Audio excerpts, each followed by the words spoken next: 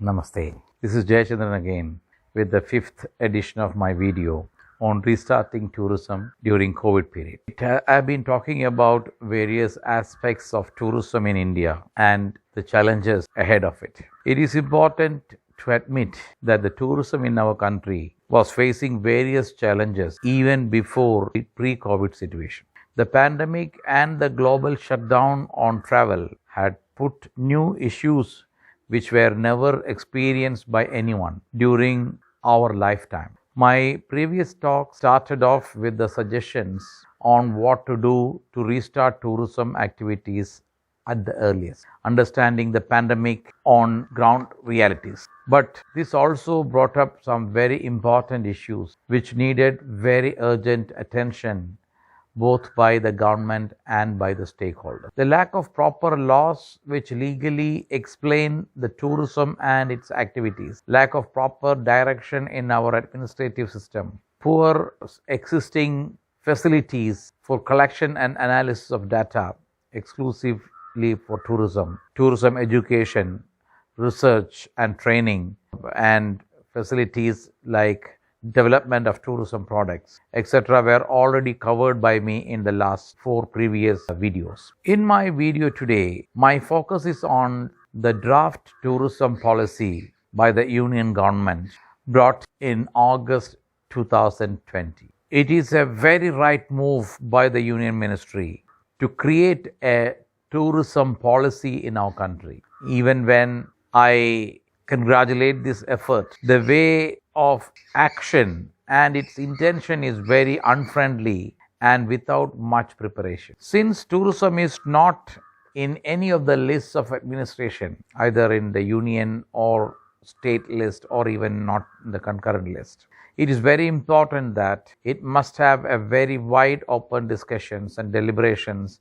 before preparing such policy. But by going through the draft policy, which so far is not being consulted among anyone, I found it is another bureaucratic exercise to impress the political leadership. To go in detail, we need to discuss each of the points. I am planning to create 4 to 5 different modules to cover all the major points in the draft tourism policy, because this policy is going to be the nerve center of our tourism progress in the next at least 15 to 20 years. It must be discussed, debated, and researched by all concerned in the tourism industry. Unless we debate every point in detail, the entire effort will be going in vain. This draft policy refers to the previous 2 policy drafts in 2015 and 2017, the reports from Niti Aayog and from UNWTO, and also from various speeches of the Prime Minister of India, Sri Narendra Modi.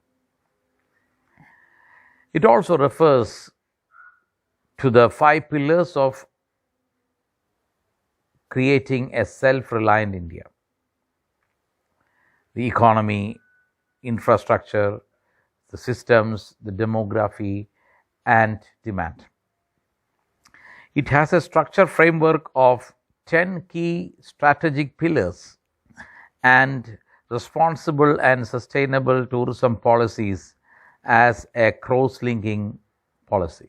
Draft envisages to transform our tourist destinations to provide a world-class visitor experience, making India one of the topmost destinations for sustainable and responsible tourism.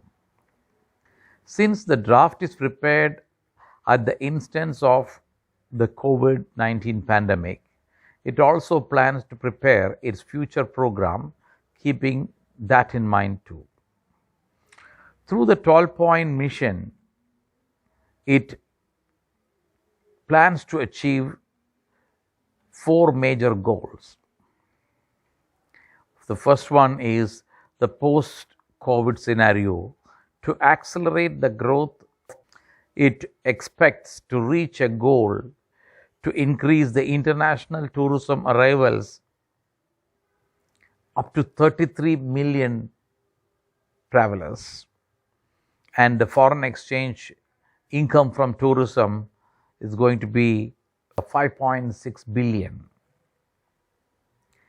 The GDP share 8.5 lakh crores, and also it expects to create 3.6 billion domestic travels. The second goal is to facilitate the availability of skilled manpower. It also plans to have about 125 million employees enrolled in tourism during this period. The third goal is to provide the seamless connectivity and providing transport infrastructure for it.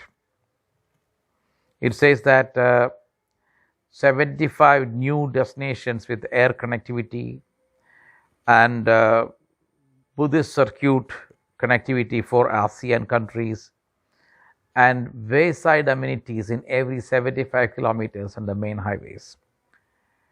And the fourth goal is to plan, develop, and manage destinations in various circuits. It plans to have 100 smart destinations, 20 iconic destinations, and 19 destination management organizations in the first year itself. At one look, it draws a very colorful picture of a very bright tourism industry in the country. But when we are critically analyzing this draft to its details and the action taken by Ministry of Tourism in the last 10 months after this draft has been published, anyone can find that how lightly the ministry has handled this document. So far, at no forums, at any levels, any kind of public discussions or debates or even a mention about this draft has been made by the ministry. It makes me feel that the Ministry of Tourism did not want this to be discussed in public. When we go in detail, we find this draft is made without any specific study and without any proper data on tourism specific activities in our country. The introduction and vision and mission are just jugglery of words and use of popular and globally appreciated terminologies.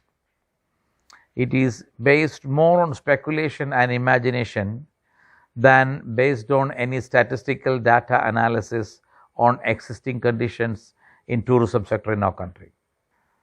It's not even supported by rational thinking. One who goes through this draft get a feeling that this tourism policy is going to take over all the existing policies of all ministries and departments in our country. Remember, Ministry of Tourism does not have any statutory authority in deciding on many of its own recommendations and plans in this draft. Today, I will go in detail about the first 2 of the 10 pillars mentioned in the draft as the main focal points of development what this draft is considering. Pillar 1 talks about positioning India as a welcoming, safe, clean, hygienic, and accessible destination under the heading the welcoming the visitor. Definitely, these are key points and are primary responsibilities of any government, and they come under different authorities ranging from the local panchayat to the union ministries, including the External Affairs Ministry, Road Transport Ministry, Civil Aviation Ministry, all these various departments are involved in executing these responsibilities. Already efforts are initiated by External Affairs Ministry in making the tourist visas processed through online system. This itself has changed a lot in the tourist facilities in making less red tapeism and cost involved in getting the visas. But even after several years of its introduction, we could not extend this facility to all airports in India. Many airports, the existing facility for immigration counters are inadequate, and it needs more professionally trained people and facilities to serve the visitors to our country. Even though hygiene, cleanliness, etc., are important at public places, and it is an extremely important responsibility of the concerned departments, especially in the changed scenario. What Ministry of Tourism can do on this in the whole country is very doubtful. Instead, what Ministry of Tourism didn't give emphasis in this draft is what specifically a tourist expect when they arrive in a new country, especially a big country like India. Any traveler, whether he or she is booked their trip through a travel agent or not, would like to be assisted with proper information at the airport facilities itself. Somebody who is arriving to an airport, they would like to know where the foreign exchange facilities are available, what is the currency denominations, the availability of a city map to locate where they have to go, how to book a cab from the airport, whether they are taking the right one or they have been taken for a ride by a tout, options for accommodation, where if there is a waiting lobby or a place where they meet the representative of the travel agents, where is a car park, if there is a restaurant or toilet facilities, and in case of any kind of requirements, how to process their claim for damaged baggage or baggage lost, where these airline offices are located. This kind of information, there should be somebody there to give them. That makes half of their problems on arrival is being solved. Ministry of Tourism, Government of India had such facilities like an information counter at some of the major airports in our country. But over the years, the importance of such information centers are not part of the ministry, or they have ignored, and many airports don't have a proper information center from the ministry. The draft which mentions about welcoming the guests must have emphasized the need of such information center at all airports, both at arrival and departure halls. And also that should be located at a place where they can easily find as they come out from their arrival point. These information centers should be having a trained professional to disseminate the information, and also should be supported with a portal which provides some sufficient information about the place, enough number of local maps of the city where these passengers need to find their own places. And also this could be the right point where the Ministry of Tourism, which is planning to create a mobile app for all visitors, the information centers can assist all passengers in downloading this mobile app, which may help them as well as which may help the ministry in collecting sufficient information about the tourist arrivals in our country. Pillar 2 talks about seamless connectivity and transport infrastructure. It talks about various dreams of an ideal world to live in, but without much practical wisdom. None of the points which is mentioned in this draft, the Ministry of Tourism have any direct control. Rather, it is too complicated under different administration and involves many complicated formalities like land acquisition, permission from various ministries, huge capital investment, etc. Most of these points mentioned are nothing particular to tourist traffic also. It is general requirements, having good roads, good transportation facilities. These are all required for all public. Tourists will enjoy if the destination have better facilities, but there cannot be, these kind of investment cannot be very tourist specific in most of the cases. Installing wayside amenities is a very good and important point, but it can be easily created by if the petroleum ministry strictly adheres to its conditions of giving petrol stations, asking all the petrol stations in our country to provide a clean toilet for all passengers, not only for tourists. Railway tourism facilities are already there, and air connectivity also has made a big jump in our country. The UDAN program, which connects smaller airports, must be more popularized. Cruise tourism is another in the list, providing transport facilities, but it is not under the control of the Ministry of Tourism. It requires all the infrastructure to be provided by the Ministry of Ports. Inland navigation, river cruising, etc. have great potential in our country. But again, it comes under various state authorities and except national waterways, but still it is under a different department. And how the Ministry of Tourism is going to coordinate is never mentioned in the draft, because it only says that there will be interministerial councils. In many of the cases which are already there in many states, which always only talks on differences, not on points which they can have a common goal. This draft policy needs a great debate and discussion in detail.